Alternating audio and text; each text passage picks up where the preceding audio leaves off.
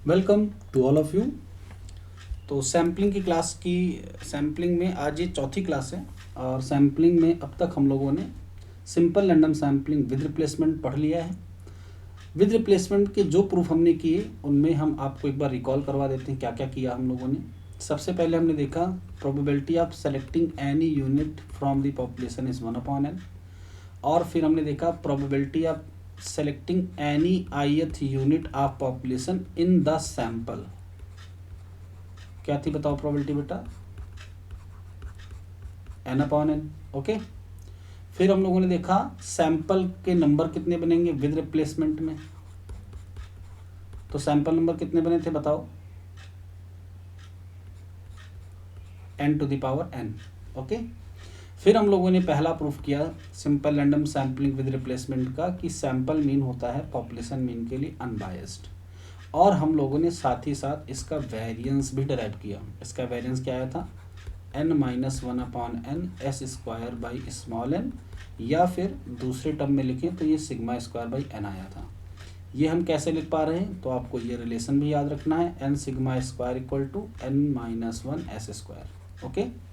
फिर हम लोगों ने पॉपुलेशन टोटल के एस्टीमेट की बात की। पॉपुलेशन टोटल का एक एस्टीमेट वाई कैप हम लोगों ने पढ़ा जिसकी वैल्यू थी n/y, और दूसरा एस्टीमेट हम लोगों ने पढ़ा सैंपल टोटल जिसकी वैल्यू थी n⁻y। तो इन दोनों एस्टिमेटर्स को जब चेक किया गया तो ये वाला कैसा निकला? बायस्ड निकला था। यानी इसकी एक्सपेक्टेशन पॉपुलेशन टोटल के बराबर नहीं आ रही थी, जबकि इसकी एक्सपेक्टेशन पॉपुलेशन के टोटल के बराबर आ रही थी। ये निकला अनबायस्ड। तो एक निकला अनबायस्ड और एक निकला बायस्ड। तो जो अनबायस्ड निकला हमने उसकी अनबायसनेस की प्रॉपर्टी होने के कारण ले लिया इसको, और उसके बाद हमने इसका वेरिएंस भी कैलकुलेट किया था। अब आज हम पॉपुलेशन के दूसरे पैरामीटर की तरफ बढ़ेंगे, और पॉपुलेशन का वो दूसरा पैरामीटर है σ², मींस पॉपुलेशन वेरिएंस। तो हम देखेंगे कि पॉपुलेशन के वेरिएंस के लिए कौन अनबायस्ड है। तो इससे रिलेटेड आपके एग्जाम में क्वेश्चन कैसे कैसे बन सकते हैं इस पे आप ध्यान देना। अगर आपको s² की वैल्यू दी गई है 1/n ∑i going from 1 to n yi minus y², तो आपसे कहा जाएगा prove that s² is a biased estimator of σ²। Biased. और अगर s² बायस्ड है तो ये भी कहा जाएगा कि फाइंड एन अनबायस्ड एस्टिमेटर। तो अनबायस्ड लाने के लिए क्या करोगे? इस s² को मल्टीप्लाई करोगे n/n-1 से। वो कैसे होगा वो अभी हम दिखाते हैं। जब हम n-1/n से इसको बोथ साइड मल्टीप्लाई कर देंगे तो जो नई वैल्यू बनेगी ये वाली किसके इक्वल होगी? ये इक्वल होगी 1/n-n ∑i going from 1 to n yi minus y²। ये होगा अनबायस्ड फॉर σ²। क्लियर? तो जब आपको s² की ये वैल्यू दी जाए और आपसे अनबायस्ड एस्टिमेटर पूछा जाए तो सिंपल आप इस s² को n से मल्टीप्लाई करो और n-1 से डिवाइड करो, तो ये बन जाएगा अनबायस्ड। कभी कभी आपको s² की डायरेक्ट वही वैल्यू दे देंगे जो अनबायस्ड होती है और कहा जाएगा prove that this is unbiased for population variance. तो कोई भी केस मिले आपको जो प्रूविंग करनी वो सेम करनी है, बस कांस्टेंट टर्म चेंज हो जाएंगे। अगर आपने इस वाले केस को लिया तो ये कांस्टेंट टर्म रहेगा साथ में, और अगर आपने इस वाले केस को लिया तो कांस्टेंट टर्म ये साथ में रहेगा। ओके। तो दोनों प्रूफ सेम है। जो इंटरनल कैलकुलेशन होगी समेशन वाली एक्सपेक्टेशन की वो सेम रहेगी। तो चलो हम सपोज कर लेते हैं कि हमने इसको लिया। जब हम इसको ले रहे हैं तो हमको प्रूफ क्या करना है?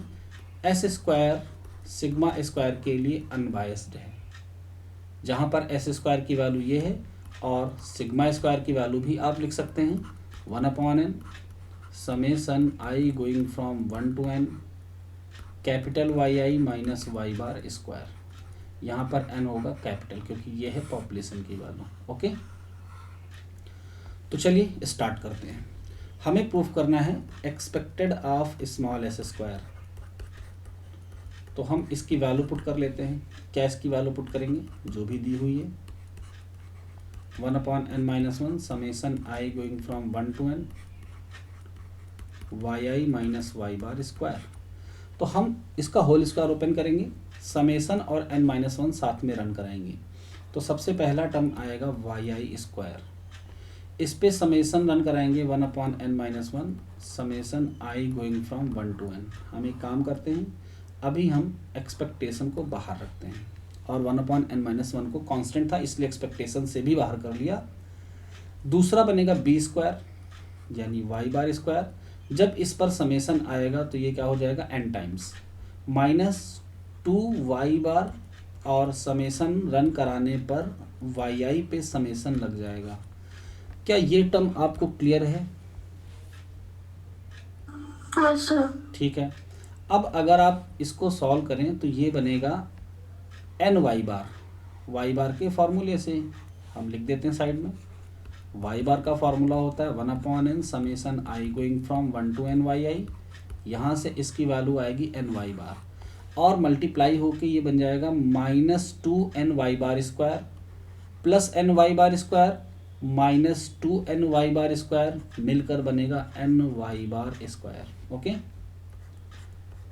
1/n-1 expected value of summation I going from 1 to n yi square. चलिए आगे बढ़ते हैं।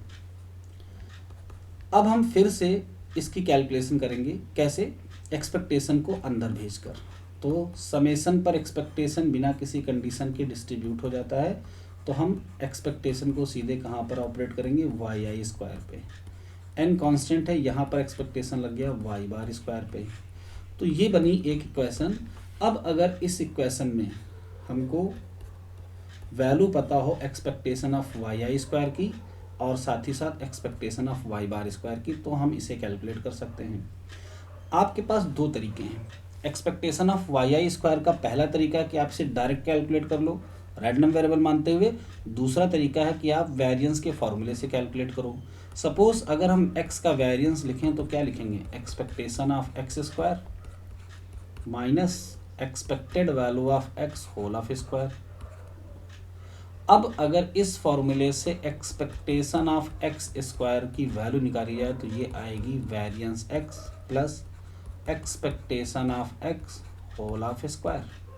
यानी हमको expected value of x square का फार्मूला मिला इन टर्म्स ऑफ वेरिएंस। तो हम इस फॉर्मूले को अगर यूज करते हैं यहाँ पर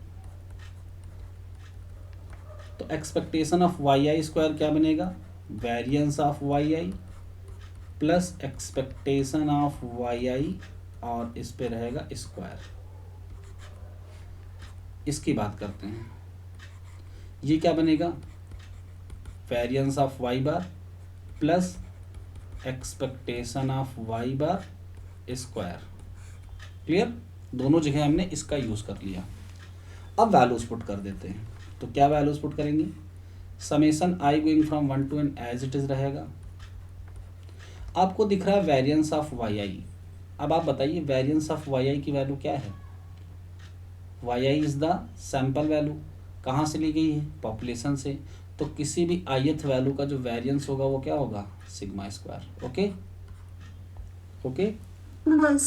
expectation of yi is also a sample value और इसकी एक्सपेक्टेशन कल हमने निकलवाई थी, कितनी आई थी? y बार। और स्क्वायर है तो स्क्वायर लगा देंगे। वेरिएंस ऑफ y बार, इसको क्या लिखेंगे? तो इसको कल ही तो हमने कैलकुलेट किया, कितना आया था? Sigma square by n। हम विद रिप्लेसमेंट पढ़ रहे हैं इसलिए हम ये फार्मूला यूज करेंगे। जब विदाउट का आएगा तो वहां पर variance of y bar change हो जाता है। यहाँ पे लिख लो विद रिप्लेसमेंट वाला फार्मूला। इसकी value sample mean is unbiased estimator of population mean, ये भी तो स्क्वायर हो गया। ठीक, अब ये पूरा का पूरा हो गया कांस्टेंट। तो समेसन इसके लिए क्या बन जाएगा? n। एक n यहाँ दिख रहा है और एक n यहाँ दिख रहा है, दोनों n बाहर कर लो तो n-1 हो गया। ब्रैकेट ओपन करते हैं तो sigma square plus y bar square और यहाँ पर क्या आया? Sigma square by n minus y bar square. हम n से मल्टीप्लाई नहीं करने क्योंकि हम इसको बाहर ले चुके हैं। ओके, आपको दिख रहा y बार कैंसिल हो गया। जब वाई तो बार n को कैंसिल, कॉमन लिया है। हाँ बेटा एन, ये समेसन एन बन जाएगा और ये एन कॉमन लिया है तो केवल ये बचेगा और बस ये बचेगा। Okay, yes sir. अब सिग्मा स्क्वायर भी तो कॉमन दिख रहा है। जब सिग्मा स्क्वायर कॉमन होगा तो यहाँ आएगा 1 माइनस 1 अपॉन एन और इधर क्या है n अपॉन n माइनस 1। जब इस फ्रैक्शन को सॉल्व करेंगे तो हो जाएगा n minus 1 upon N, n upon n minus 1। और अब फाइनल आंसर क्या आया, सिग्मा स्क्वायर। तो आपने देखा expected value of S square की वैल्यू क्या आ गई, सिग्मा स्क्वायर। अब अगर मान लो आपको दूसरा वाला केस दिया जाता तो दूसरे केस में क्या डिफरेंस आता, यहाँ पर जो बाहर था ये 1 अपॉन एन रहता, तो हम अब की बार दूसरे वाले केस में एक्सपेक्टेशन ऑफ एस स्क्वायर को क्या लिखते हैं, 1 अपॉन एन। और जब एन हमने कॉमन लिया वहाँ से स्टार्ट करेंगे, तो एन कॉमन लिया तो अंदर क्या बच रहा था, अंदर बच रहा था ये क्वांटिटी एन को कॉमन लेने के बाद, क्योंकि बाकी सब कैंसिल। अब ये n और ये n कैंसिल हो जाएगा और फाइनल हमारे पास आया n minus 1 upon N sigma square. तो अब आप बताओ क्या expectation of S square sigma square के बराबर आया। यहाँ पर एस स्क्वायर की कौन सी वैल्यू ली गई ये हम आपको बता दें, ये वाली वैल्यू ली गई जिसमें n से डिवाइड होता है। ओके, तो बस प्रूफ पूरा सेम रहेगा, बस कांस्टेंट बाहर का चेंज होगा और एक्सपेक्टेशन ये आया। तो हम यहाँ पर लिखेंगे कि expectation of S square is not equal to sigma square और कहेंगे this sample variance is a biased estimator of population variance. Okay, एक बात और, अगर हम इस फॉर्मूले में n tending to infinity apply कर दें तो क्या होगा, ये सिग्मा स्क्वायर के बराबर आ जाएगा। सिर्फ इस वाले फॉर्मूले को देखो, limit n tending to infinity expectation of S square, तो n टेंडिंग टू इन्फिनिटी पे ये 0 बन जाएगा और 1 से मल्टीप्लाई होकर ये किसके इक्वल आ जाएगा, सिग्मा स्क्वायर के इक्वल। इसका मतलब limit n tending to infinity पे ये क्या बन गया, सिग्मा स्क्वायर के लिए अनबायस्ड। तो जब भी कभी ऐसी सिचुएशन आती है तो हम इसको क्या बोलते हैं, एसिम्प्टोटिकली अनबायस्ड। यानी ये सिंपल अनबायस्ड नहीं है लेकिन एसिम्प्टोटिकली अनबायस्ड है। कंसिस्टेंसी की प्रॉपर्टी है, कंसिस्टेंसी की पहली कंडीशन नहीं होती कि n टेंडिंग टू इन्फिनिटी पे अनबायस्ड हो जाए और वेरिएंस अगर इसका निकाला जाए तो 0 हो जाए, तो ये कंसिस्टेंट होता है। और कंसिस्टेंसी में ये जरूर लगा होता है, ठीक है। तो एस स्क्वायर भले ही अनबायस्ड ना हो लेकिन कंसिस्टेंट हो जाता है क्योंकि n टेंडिंग टू इन्फिनिटी पे वो अनबायस्ड है। ओके, अब मान लो आपने यहाँ तक प्रूफ कर दिया, ये बायस्ड दिखा दिया, तो इसी को आगे बढ़ाइए। आपसे कहा जाएगा find N unbiased estimator of sigma square. तो यहाँ पर सिग्मा स्क्वायर अगर आ जाए तो एस्टिमेटर आ जाए, तो हम इस कांस्टेंट टर्म को इस तरफ शिफ्ट कर देंगे। तो इधर शिफ्ट करेंगे तो क्या आएगा, सिग्मा स्क्वायर। अब कांस्टेंट टर्म को हम एक्सपेक्टेशन के अंदर रख सकते हैं, रख लेते हैं। और अब आपको दिख रहा होगा क्या कि ये क्या बन गया, सिग्मा स्क्वायर का unbiased estimator n upon n minus 1 S square. Okay, यानी इस केस को यहाँ से ब्रेक कर लेना, एक पार्ट इधर और एक पार्ट इधर, ठीक है। तो सिंपल रैंडम सैम्पलिंग में जब आपने सिग्मा स्क्वायर का एस्टिमेट निकाल लिया, अब हम फिर से वापस चलते जहाँ जहाँ सिग्मा स्क्वायर का यूज़ हुआ था। तो पहला सिग्मा स्क्वायर का यूज़ हुआ था यहाँ, इसकी वैल्यू क्या आई थी, sigma square upon N. Sigma square upon N इसकी जो वैल्यू आई थी, अगर हमको सिग्मा स्क्वायर यानी पॉपुलेशन की वैल्यू ना पता हो तो हम सैंपल मीन का वेरिएंस कैसे निकाल सकते हैं। तो हम क्या करेंगे, सैंपल मीन के वेरिएंस को एस्टीमेट करेंगे। जब भी किसी को एस्टीमेट करते हैं उस पर क्या लगाते हैं, कैप। इधर पॉपुलेशन की जो वैल्यू है उसको भी एस्टीमेट करेंगे, सिग्मा स्क्वायर। अब सिग्मा स्क्वायर का एस्टीमेटर हमको मिल चुका है, क्या मिल चुका है, एस स्क्वायर। तो इसकी जगह पे हम एस स्क्वायर पुट कर देंगे, तो हमको सैंपल मीन के वेरिएंस का एस्टीमेटर मिल जाएगा। समझ में आई बात सबको। अगर हमको सिग्मा स्क्वायर अननोन हो तो क्या हम वेरिएंस निकाल सकते हैं, लेकिन सिग्मा स्क्वायर पॉपुलेशन का पैरामीटर है, ये सैंपल के वेरिएंस एस्टीमेट तो किया जा सकता है ना। तो हमने अभी अभी आपको एस्टीमेट करके दिखाया कि ये एस स्क्वायर सिग्मा स्क्वायर के लिए अनबायस्ड है, तो यहाँ से हम लिख सकते हैं sigma square cap equal to S square. Okay, means sigma square estimated by this value. तो जब इस वेरिएंस ऑफ वाई बार का एस्टिमेट चाहिए तो क्या करेंगे, ये तभी हो सकता है जब सिग्मा स्क्वायर पता हो। पता है तो डायरेक्ट आ जाएगा, नहीं पता है तो इसका एस्टिमेट पुट कर देंगे एस स्क्वायर। समझ में आई बात? सर ये n upon n minus one वाला बता दीजिए एक बार। पहले ये जो समझा रहे हैं ये बताओ, आपको समझ में आया कि नहीं? Yes sir. हाँ, अब बताओ यहाँ पे n माइनस वन में क्या दिक्कत है? सर कौन सी इक्वेशन लेके किया आपने? यहाँ पे लिख दिया मैंने, देखो ऊपर, ये देखिए यहाँ पे हमने ये क्वेश्चन लेकर किया है। बाहर 1/n है, यहाँ पर लेके किया था, बाहर क्या था 1/n माइनस वन, बाकी सब सेम। Okay, yes sir. तो जब n माइनस वन लेकर करेंगे तो अनबायस्ड निकलेगा, और जब n लेकर करेंगे तो अनबायस्ड नहीं निकलेगा। नहीं होगा। ठीक, बाकी आप घर पे थोड़ी सी जब प्रैक्टिस करोगे तो ऑटोमेटिक आपको क्लियर हो जाएगा। तो आपने वेरिएंस ऑफ वाई बार का भी एस्टिमेट देखा। अब आते हैं पॉपुलेशन के वेरिएंस पे। कल हम लोगों ने पॉपुलेशन का वेरिएंस भी तो निकाला था, पॉपुलेशन टोटल का क्या आया था, n square variance of y bar, और n square variance of y bar की वैल्यू थी सिग्मा स्क्वायर बाई n। अब अगर मान लो ये वैल्यू आपको ना पता हो, ठीक है, ये n वाई बार क्या था, सिंबॉलिक फॉर्म में ये वाई कैप था,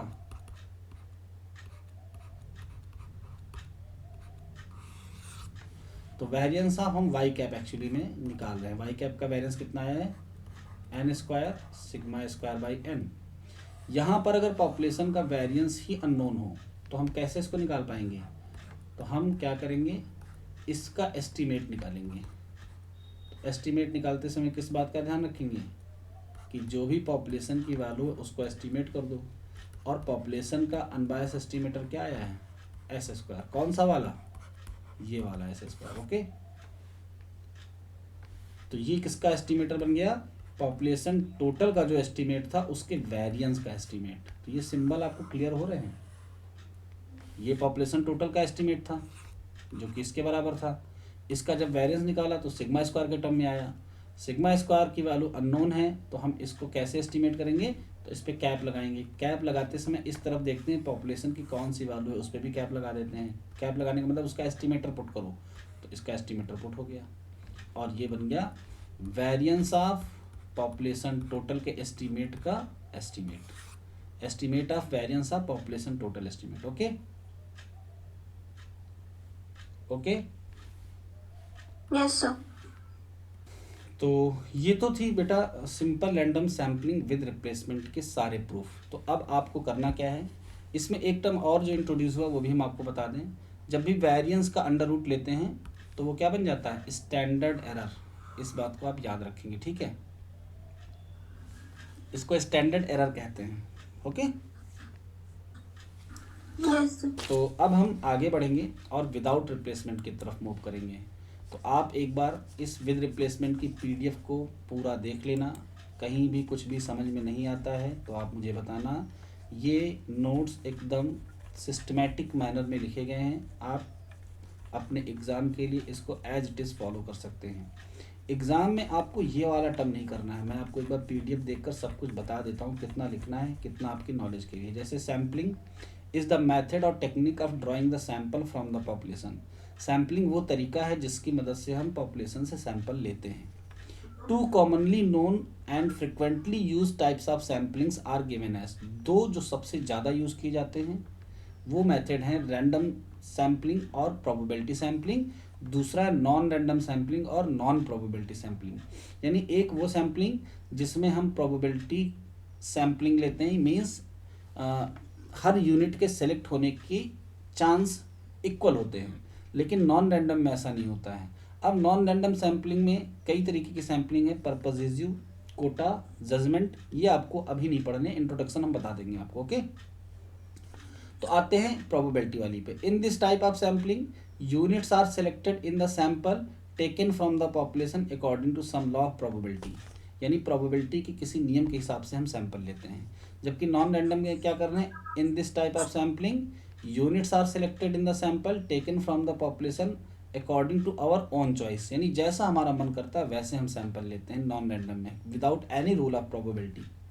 अब आते हैं सिंपल रैंडम सैम्पलिंग की बात करते हैं। तो यहाँ से यहाँ तक आपको जो भी बताएगा ये सिर्फ नॉलेज के लिए है कि आप जानो what is sampling and how types of sampling, probability and non probability. ठीक है, सिंपल रैंडम पे आते हैं। इट इज़ द मेथड और technique of drawing the sample from the population in which each individuals और unit of the population has got equal chance और probability of being selected in the sample is called simple random sampling. यानी जब भी हम किसी sampling technique का use करें population से सैंपल को लेने के लिए, और इस केस में ईच इंडिविजुअल और unit of the population has got equal chance of being selected in the sample, sample में सिलेक्ट होने के इक्वल चांसेस हो, is called simple random sampling. Okay, and the sample so obtained is known as a simple random sample. और इस तरीके से आया हुआ सैंपल क्या कहलाता है? Simple random sample. Okay, simple random sampling can be done in two ways, दो तरीके से किया जा सकता है। अब आपसे पूछा जाएगा what is simple random sampling and what are the types of simple random sampling. तो दो तरीके की, एक विद रिप्लेसमेंट है और एक विदाउट है। दोनों में हम रैंडमनेस का यूज करें, दोनों में प्रोबेबिलिटी इक्वल रहती है। ओके, पहला है simple random sampling with replacement और दूसरा है सिंपल रैंडम सैम्पलिंग विदाउट। अब अगर आपसे पूछा गया simple random sampling with replacement बताइए, तो आपको ये इतना नहीं लिखना है, ये तब लिखना है जब आपसे पूछा जाए सिंपल रैंडम सैम्पलिंग बताइए। यहाँ से अगर सिर्फ विद रिप्लेसमेंट पूछा गया तो स्टार्टिंग यहाँ से करनी है। In simple random sampling with replacement any unit of the population once selected in the sample is again put back into the population. यानी जब भी सिंपल रैंडम सैम्पलिंग में हम कोई यूनिट पॉपुलेशन से सैंपल में लेते हैं तो हम उसको हटाते नहीं हैं, वापस से डाल देते हैं। इसके एग्जांपल में आप ये समझ सकते हो, मान लो आपके पास एक पैक ऑफ कार्ड्स है 52 पत्ते का। जब भी कभी कोई जादूगर जादू दिखाता है तो क्या कहता है, इसमें से कार्ड निकालो, फिर कहता इसको वापस इसमें रख दो। तो जो वापस रखने वाला प्रोसेस हुआ ना, वो है विद रिप्लेसमेंट। अगर वो कार्ड हटा दिया जाए फिर कहे दूसरा निकालो तो होगा विदाउट रिप्लेसमेंट। ओके, अब अगर हम आपसे ये कहें कि एक वॉलीबॉल की टीम बनानी है 4 लोगों की, 4 लोगों की इस टीम को बनाते समय हमारे पास 8 प्लेयर हैं, इनमें से हमको 4 लोग सेलेक्ट करने हैं। अब बताओ बेटा, आप विद रिप्लेसमेंट यूज करोगे विदाउट?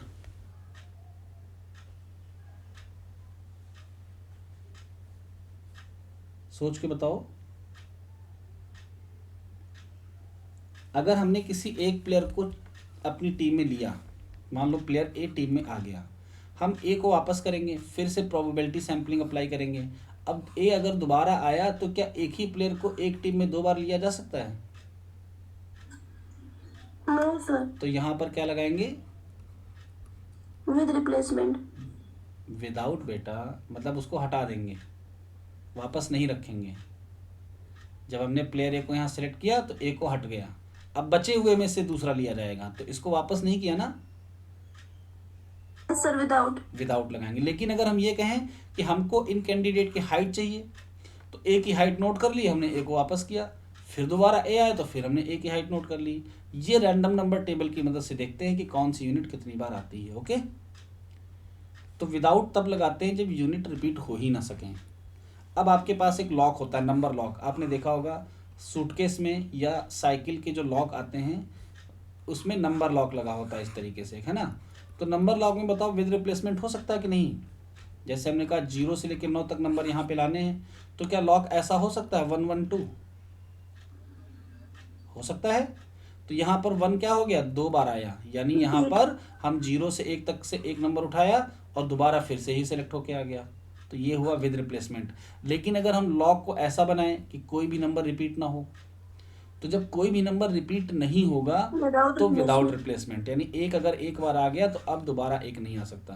क्योंकि लॉक बनाते समय इस बात का ध्यान रखते हैं कि नंबर्स रिपीट ना हो, क्योंकि ये सिंपल नंबर होते हैं। अगर किसी ने ये लॉक का पासवर्ड रखा, ये रखा, ये पासवर्ड रखा, तो ये ईजिली क्रैक किए जा सकते हैं। तो नंबर को अलग अलग रखते हैं। लेकिन याद रखना, जब नंबर सेम रखते हैं तो टोटल परम्यूटेशन 1000 बनते हैं। मतलब हम एक नंबर को अगर रिपीट करें, कैसे? 0 से 9 तक ये 10 टाइम होगा, ये 10 टाइम होगा, ये 10 टाइम होगा, मिलकर होगा 1000। लेकिन जब नंबर रिपीट नहीं होते हैं तो पहला वाला 10, अब यहाँ पर जो नंबर आएगा वो बाद वाले में नहीं आएगा, ये 9, ये 8, ये टोटल होता है 720। अब बताओ पॉसिबल केसेस किस में ज़्यादा हैं, इसमें या इसमें? सर 1000 में। 1000 में। तो लॉक तोड़ना इसका ज़्यादा कठिन है बजाय इसके, क्योंकि इसमें तो 720 ही केसेस बन रहे हैं ना। कोई एक आदमी अगर yes hit and trial method लगाए तो इसका लॉक क्रैक कर लेगा, लेकिन यहाँ 1000 केसेस बन रहे हैं, इसको क्रैक करने में ज़्यादा दिक्कत आएगी। ठीक है। अब यस सर। फार्मूला भी यहाँ पर देख लो, ये n की पावर n है, मीन्स 10 नंबर में से 3 लेने थे, तो 10 की पावर 3 1000 हो गया। ये क्या है, ये है factorial n। Factorial n means factorial capital n करते हैं, इसको ऐसे लिखते हैं NCN, ये इसकी वैल्यू है। n मीन्स 10 नंबर में से हमको 3 लेने थे, तो 10C3 की वैल्यू है 720। ओके, तो ये होता है कॉम्बिनेशन जब रिपीटेशन ना हो, और ये होता है परम्यूटेशन जब रिपीटेशन हो रहा हो। ओके, चलिए आगे बढ़ते हैं। तो simple random sampling with replacement में आपको यहाँ से लेकर यहाँ तक पूरा लिखना है। इसको पढ़ते समय कहीं भी आपको कोई दिक्कत आए तो आप पूछेंगे, वही चीज़ें लिखी जो हमने आपको कल की क्लास में और आज की क्लास में समझाया है। इसके बाद लिखा probability of selecting any specified unit in the sample. तो आपको अगर ये कहा जाए prove that probability of selecting any unit in the sample from the population is n/n, तो आपको यही लिखना है। प्रोबेबिलिटी दैट स्पेसिफाइड यूनिट, मान लो कोई यूनिट है 5वें नंबर की यूनिट, तो 5वें नंबर की यूनिट को सैंपल में जाने की प्रोबेबिलिटी निकालनी है। तो हो सकता हो 5वें नंबर की यूनिट पहली बार में सेलेक्ट हो जाए with this probability, with replacement चल रहा है तो हो सकता हो ये दूसरी बार में सेलेक्ट हो जाए। तो इस तरीके से ये कितने बार में भी सेलेक्ट हो सकती है। हम कब तक सैंपल लेते हैं, जब तक हमारा सैंपल पूरा ना हो जाए। तो टोटल हम n टाइम्स ट्रायल करेंगे, n टाइम्स में जब इसको सम करेंगे तो ये n/n आएगा।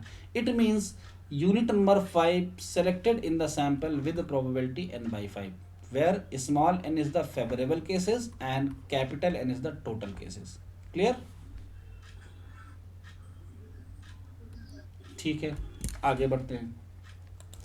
इसके बाद पीडीएफ में प्रॉपर्टीज हैं। प्रॉपर्टीज में कि population of drawing any unit from the population at any draw, population से निकालने की प्रोबेबिलिटी 1/n, सैंपल में जाने की probability n/n। Okay, notation terminology सारी हमने आपको कल बताई, सब वही हैं, सारी चीज़ें हैं, इनको आपको देखना है। फिर ये सैंपल की टर्मिनोलॉजी है और इसमें वो भी आता है, जैसे डिफाइन करते हैं व्हाट इज़ YI, तो YI को कहते हैं YI be the observation on the characteristics under study for the ith unit of the population. जिस भी कैरेक्टरिस्टिक्स की हम स्टडी कर रहे हैं उसका ऑब्जर्वेशन लिया गया ith इंडिविजुअल का। Okay, unbiasedness of sample mean कल हो चुका है। नोट देख लीजिए, नोट में है y cap is an unbiased estimate of the population total in SRSWR, ये भी हमने करवाया। पॉपुलेशन टोटल का अनबायस एस्टिमेट ये होता है वाई कैप। वाई कैप की वैल्यू क्या होती है, n/y। ठीक है, आगे क्या है, वेरिएंस ऑफ सैंपल मीन, इसका भी प्रूफ हमने कल पूरा आपको करवाया। ठीक है, अब देखो यहाँ पर जब इसकी एक्सपेक्टेशन निकालनी थी तो कल हमने आपको बताया था कि ये रैंडम वेरिएबल का फंक्शन है, तो हम इसको डायरेक्टली फंक्शन मानते हुए 1/n y1 minus y bar square, 1/n y2 minus y bar square, इस तरीके से करवाया था। यहाँ पर समझ में अच्छा है इसलिए इसको एक फंक्शन फाई वाई आई मान लिया है। अब फाई वाई आई पे एक्सपेक्टेशन जब लगाएंगे तो पहली वैल्यू फाई वाई 1 होगी, ये देखिए, और इसके सेलेक्ट होने की प्रोबेबिलिटी 1/n। तो ऐसे भी लिखा जा सकता है, और जैसा हमने कल करवाया आप वैसे भी लिख सकते हैं। तो अपने नोट्स में कोई एक फॉलो कर लेना, जो हमने कल करवाया वो अच्छा लग रहा हो तो वही फॉलो कर लेना, इसको करने की ज़रूरत फिर नहीं है। ओके, चलिए आगे बढ़ते हैं। इसके बाद ये पूरा प्रूफ भी है। सर 5। हाँ बेटा, phi is a function, notation of function. जैसे ये पूरा लिखने की बजाय हमने इसको फाई वाई आई से डिनोट कर दिया। अब अगर यहाँ 1 आएगा तो यहाँ भी 1 आ जाएगा, यहाँ 2 आएगा तो यहाँ भी 2 आ जाएगा। क्लियर? तो पहली value 5y1 and ith value 5y1 होगी इसकी प्रोबेबिलिटी, तो प्रोबेबिलिटी क्या हो जाएगी, 1/n हो जाएगी। ठीक है, और 5y1 की वैल्यू क्या आएगी, जब हम यहाँ पर स्मॉल yi की जगह कैपिटल Y1 पुट कर देंगे। Okay, yes sir. तो आप इसको हटा के वो वाला फॉलो करना जो हमने कल आपको करवाया पीडीएफ में। आगे बढ़ते हैं। तो ये variance of y bar s square के टर्म में है। इसके बाद स्टैंडर्ड एरर के लिए कुछ नहीं करते हैं, सिर्फ और सिर्फ अंडर रूट लेते हैं। ये बात आपको याद रखनी है और बता भी देना है जब भी आप प्रूफ करो। फिर SRSWR में ये देखिए प्रूफ दिया हुआ है कि ये प्रूफ करो अनबायस एस्टिमेट है, ऐसे भी दिया जा सकता है, या यहाँ पर अगर n रखेंगे तो पूछेंगे कि क्या ये अनबायस्ड है, अगर नहीं तो अनबायस्ड एस्टिमेट बताइए, तो हमने दोनों आपको करवा दिए। इसके बाद जब expected value of S square आ गई, तब हम फिर से वेरिएंस ऑफ वाई बार को लिखते हैं, और अगर सिग्मा स्क्वायर अननोन है तो इसको इसके एस्टीमेट से रिप्लेस करके एस स्क्वायर लिख देते हैं। यही स्टैंडर्ड एरर में कर लेंगे रूट के साथ। ये है पॉपुलेशन टोटल का प्रूफ। इसमें दो एस्टिमेटर पॉपुलेशन टोटल के लिए आए, एक सैंपल टोटल आया और एक वाई कैप आया। तो वाई कैप वाला अनबायस था इसलिए उसको लिया गया, सैंपल टोटल को छोड़ दिया गया। यहाँ प्रूफ भी करके दिखाया गया कि sample total is not equal to y bar but this y cap equal to y बार।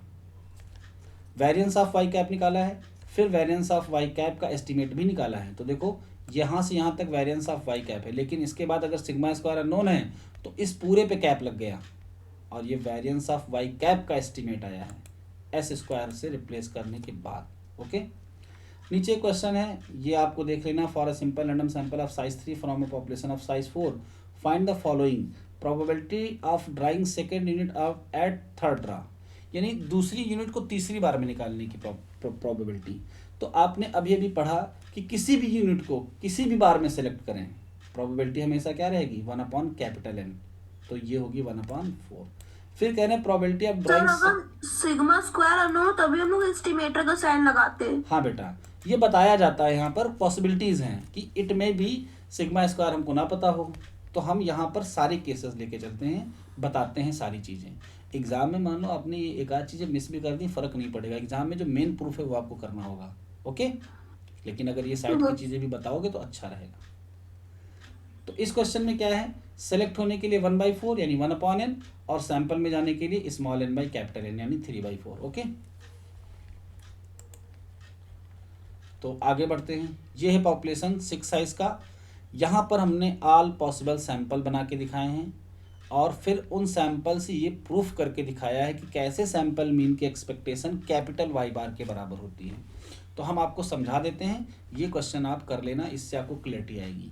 ये 6 साइज की पॉपुलेशन थी, इनकी वैल्यूज़ हमको दी हैं, मीन्स ऑब्जर्वेशन दिए हैं, y1, y2, y3 and y6 ये हमको दिए हुए हैं। n6 की है, 3 साइज का सैंपल लेना है। तो जब हम यहाँ से 3 साइज का सैंपल लेंगे तो पहले तो आप ये फाइंड आउट करो विद रिप्लेसमेंट में कितने बनेंगे, कितने बनेंगे विद रिप्लेसमेंट। 6⁻³ मीन्स 216 सैंपल बनेंगे। तो हमने जो प्रूफ करवाया है वो विद पे नहीं करवाया है, विदाउट पे करवाया है। विदाउट में कितने सैंपल बनेंगे 63 की वैल्यू कितनी आएगी 20, यानी हमने 20 सैंपल पे प्रूफ करके दिखाया है कि sample mean is unbiased for population mean. Okay, तो अभी आपको जब हम विदाउट वाला पढ़ा देंगे तब इस क्वेश्चन को करवाएंगे। ओके, तो बस ये आपकी पहली PDF finish, simple random sampling with replacement totally finished. अब विदाउट की तरफ बढ़ते हैं। तो आज हम आपको विदाउट का इंट्रोडक्शन बता देंगे। प्रूविंग पहली वाली आप खुद से करेंगे, क्योंकि पहली प्रूविंग में और नोटेशन में कोई चेंज नहीं है।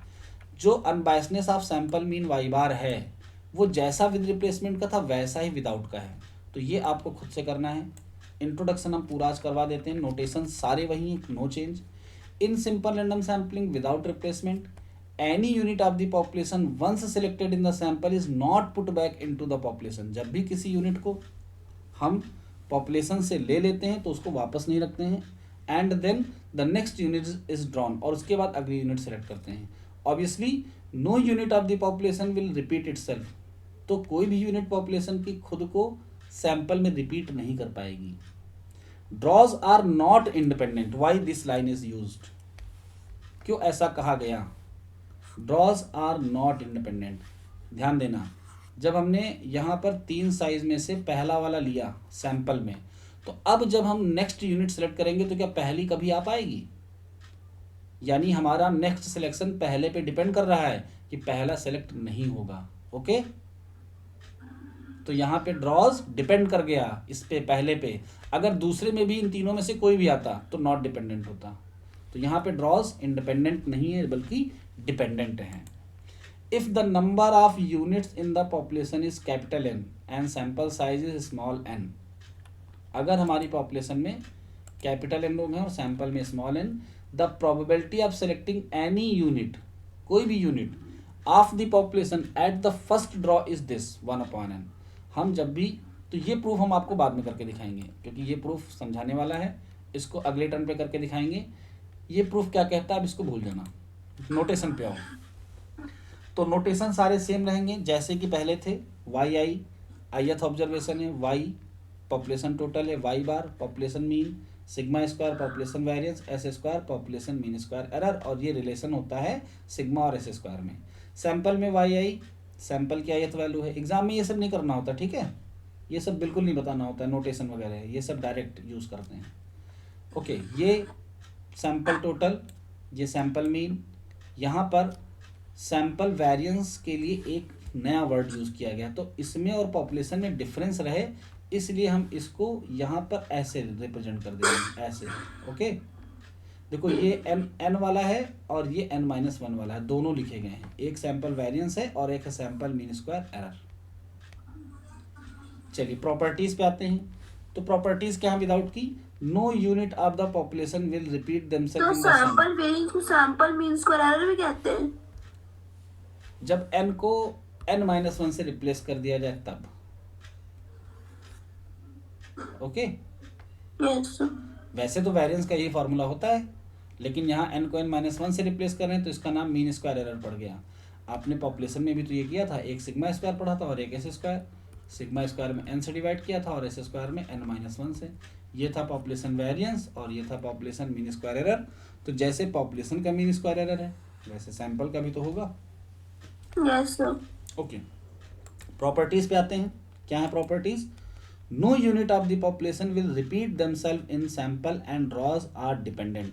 पॉपुलेशन की कोई भी यूनिट खुद को सैंपल में रिपीट नहीं कर पाएगी क्योंकि विदाउट है, और ड्रॉज डिपेंडेंट होंगे। नेक्स्ट, किसी भी यूनिट की specified unit of the population at any given draw is equal to the probability of its inclusion at the first draw. यानी हम यहाँ पर जो बात बोल रहे हैं ये बिल्कुल भी विदाउट रिप्लेसमेंट वाले से अलग है।